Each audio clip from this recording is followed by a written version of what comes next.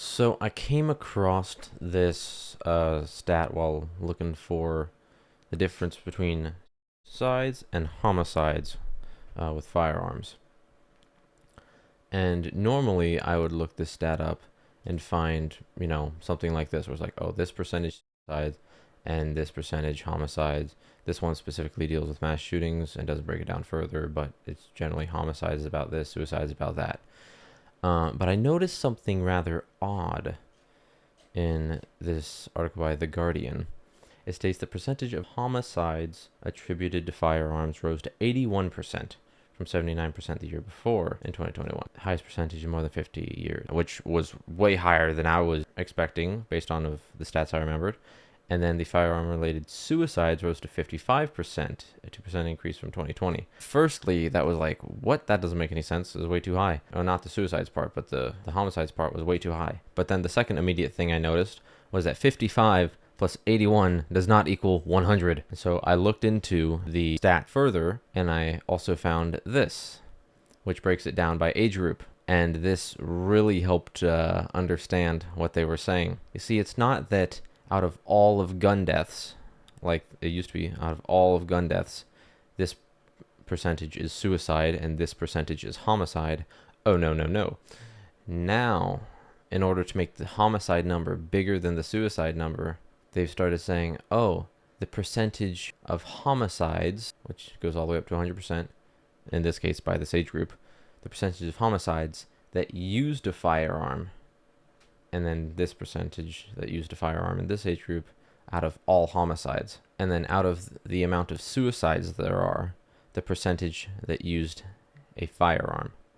And then out of all suicides, the percentage that used a firearm for each age group. And that brings me back to here, where it says the percentage of homicides attributed to firearms rose to 81%, and firearm-related suicides rose to 55%, making the homicide number a bigger number than the suicide number, meaning homicide, bigger number, homicide, worse.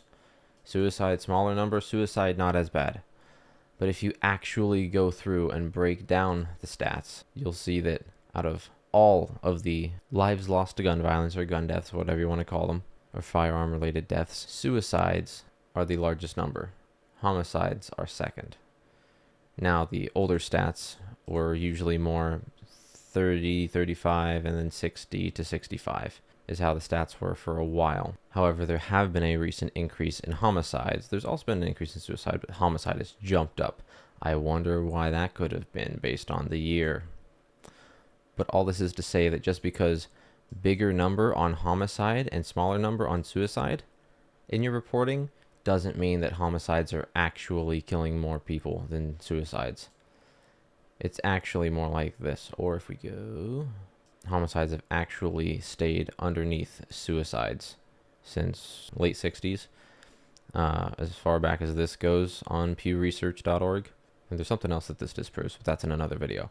Gun homicides 19,592 divided by gun deaths 48,117. So gun homicides are actually only at 40.7% during this high year, when homicides have risen drastically higher than what they have been for basically the entire time that I've been alive. The suicide number comes out to about the same percentage. I think that's just by coincidence, because I doubt they actually just did this divided by that to get 55.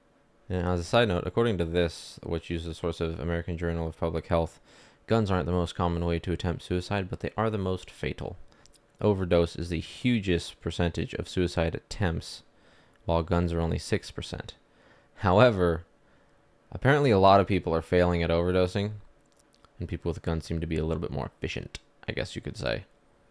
And lastly, I'd like to leave you with the question of, is this accurate information? Let me know what you think down below. Remember to like this video, comment, subscribe, and peace.